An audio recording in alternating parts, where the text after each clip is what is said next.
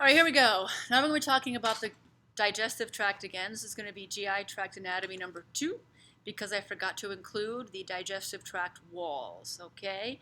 You're going to definitely see these on the practical, so make sure you review these things. We have different GI tract wall models. This is kind of like the psychedelic one with really bright colors.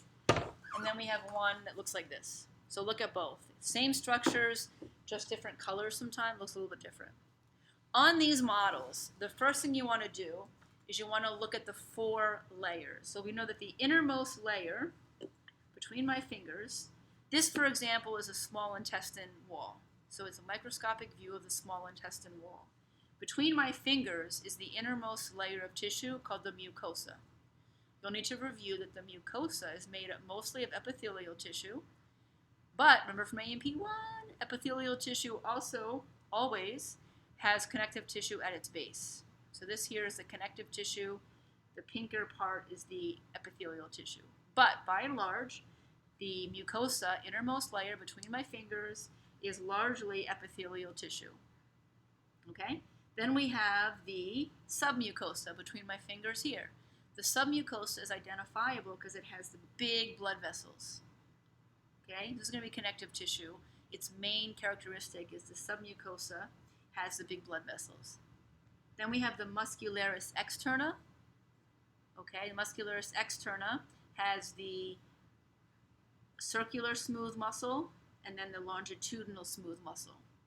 Circular smooth muscle, longitudinal smooth muscle, but together, muscularis externa.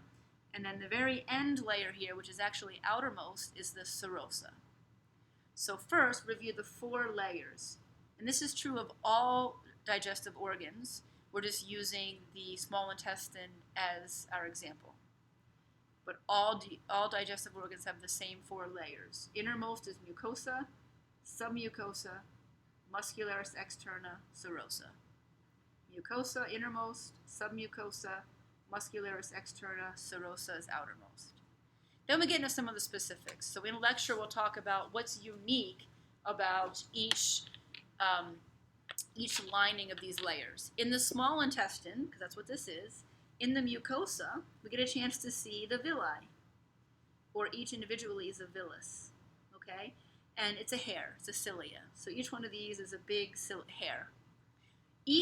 Along each villus, along all the villi, are microvilli. And if you look closely when you're in lab, you'll see little lines surrounding each of the villi, and they're microvilli, just to get as much cross-surface area as possible.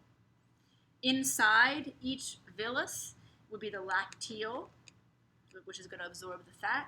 It's usually shown green on the models, lacteal. If we look at the submucosa, just the blood vessels is all you need to know. Also lymphatics in this vessel, those are the green things. I mentioned it before, I'll mention it again. The muscularis externa, most of the time, has 2 layers. The inner layer is circular, and the outer layer is longitudinal. And then the outermost layer is the serosa, connective tissue. All right, there you go.